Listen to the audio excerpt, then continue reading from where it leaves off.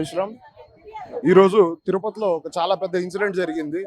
శ్రీవారి ప్రసాదంలో అడల్ట్రేషన్ జరిగింది నెయ్యిలో. ఆ అడల్ట్రేషన్ జరిగిన నెయ్యితో లడ్డూలు తయారైనాయి అని చెప్పేసి ఒక భారీ కుంభకోణం బయటకు వచ్చింది. దానికి సంబంధించి మేము విశ్వ హిందూ పరిషత్ బజరంగ్ దళ్ నుంచి డిమాండ్ చేస్తున్నాము ప్రజెంట్ గవర్నమెంట్కి. ఎంతటి వారైనా సరే దీని వెనకాల ఉండేది వాళ్ళని కోర్ట్ ఆఫ్ లాకి ఈడ్చి వాళ్ళకి శిక్షలు కఠినంగా పడేట్టు ఖచ్చితంగా చూడాలని చెప్పేసి మేము రిక్వెస్ట్ మరియు డిమాండ్ కూడా చేస్తున్నాము. గత ప్రభుత్వంలో మనం చూసుకున్నట్టయితే ఎవరైతే డిక్లరేషన్లో నేను క్రిస్టియన్ అని చెప్పుకున్నాడో అతన్ని తీసుకొచ్చి బోర్డు మెంబర్గా టీటీడీ చైర్మన్గా చేశారు.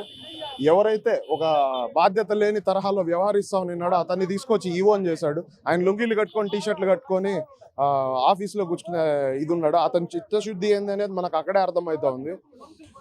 ఖచ్చితంగా ఎవరైతే దీని వెనకాల దోషులు ప్రత్యక్షంగా పరోక్షంగా ఉన్నారో వాళ్ళు దీనికి పరిహారం ఖచ్చితంగా చెల్లించుకుంటారు, మూల్యం చెల్లించుకుంటారు.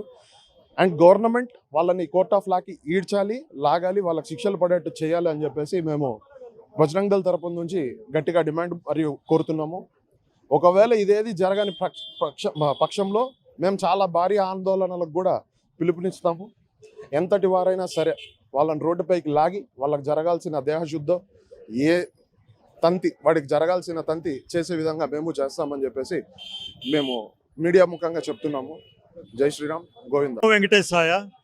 మన తిరుపతి లడ్డు విషయంలో ఇలాంటి కల్తీ వ్యవహారం జరుగుతుందంటే దానికి అందరి యొక్క పాత్ర ఉంది. ఏదో చూసి గుడ్డోడు ఎద్దు ఈనిందంటే ఘాట్లో కట్టామంటే సంతకాల మటుకు పెట్టేసేదే కానీ ఎందుకు తగ్గింది, ఏడ తగ్గింది, దీంట్లో మనకు ఎంత కమిషన్ వస్తుందో చూసుకుంటున్నారు కానీ వీటి గురించి ఎవరు అనుకోవడం లేదు. ఇప్పుడు దాన్ని బర్స్ట్ అవుట్ చేశారు కాబట్టి ఇప్పుడు వెలుగులోకి వచ్చింది.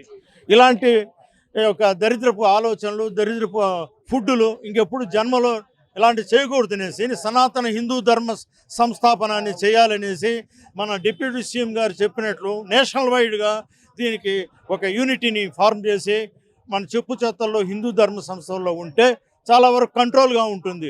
లేకపోతే ఇతర కులస్తులు, ఇతర మతాలు వాళ్ళు చేస్తే వాళ్ళకేముంది, ఎట్టన్నా పోని దేశము కాబట్టి మనకు దుడ్డు వస్తుందని కనీసం వాళ్ళు ఏదో కలిపేది సోయాబీన్స్ అంటే పర్వాలేదు. ఏంది జంతు మాంసాలు అందరికీ అవాయిడ్ అయిన ఫుడ్స్ అంతా కలిపితే ఎంత నీచంగా కూడా తలుచుకుంటే వాంతులు వస్తాయి. అలాంటి దరిద్ర పనులన్నీ చేసేసి ఇప్పుడేమో నాకు తెలియదు నీకు తెలియదు అంటే innocence is not the acceptance of law అంటారు. చేసేటప్పుడు పట్టేటప్పుడు దాని యొక్క పద్ధతిని చూసి సంతకం చేయాలి. ఎవడో గుడ్డోడు చేసినట్టు మా చేస్తామంటే వీళ్ళందరూ పొలిటిక్స్ వీళ్ళు బోర్డు పొలిటిక్స్ అయిపోయినారా? ఏందండి ఇది? ఎంత చెత్త దరిద్రంగా ఉండదు ఈ యొక్క అరాచకమైన పాలన. గతంలో అంటే భయపడి మీరు డ్యూటీలు చేశారు, చెప్పలేమనుకున్నారు. ఇప్పుడు చంద్రబాబు నాయుడు, పవన్ కళ్యాణ్ గారు ముందుకు వచ్చారు.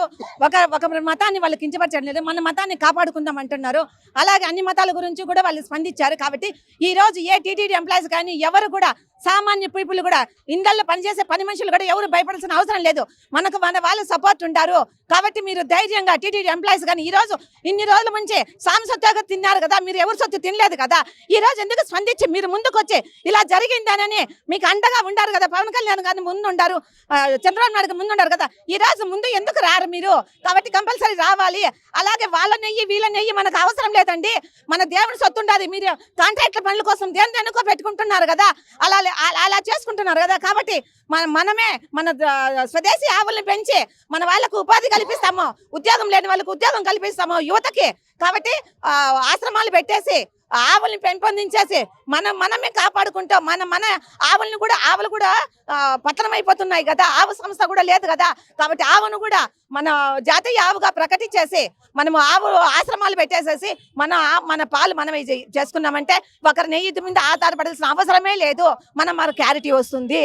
కాబట్టి లడ్డును ఇంకన్నా పవిత్రంగా భావిస్తారు. స్వామి దర్శనం లేకపోయినా లడ్డును ప్రవేశిస్తారు. అలాంటి వాళ్ళని ఊరదీసి నడురాటు మీద ఇమీడియట్లీగా మీ వల్ల కాకపోతే ప్రజలకి ఇచ్చండి. ప్రజలు నడురాట్లో నరికి చంపుతారు, రాళ్లతో ఒకటి చంపుతారు. మరిన్ని వీడియోస్ కోసం ఛానల్ ని సబ్స్క్రైబ్ చేయండి. లేటెస్ట్ అప్డేట్స్ కోసం వాట్సాప్ ఛానల్ ని ఫాలో చేయండి. అండ్ లింక్ డిస్క్రిప్షన్ లో ఉంది.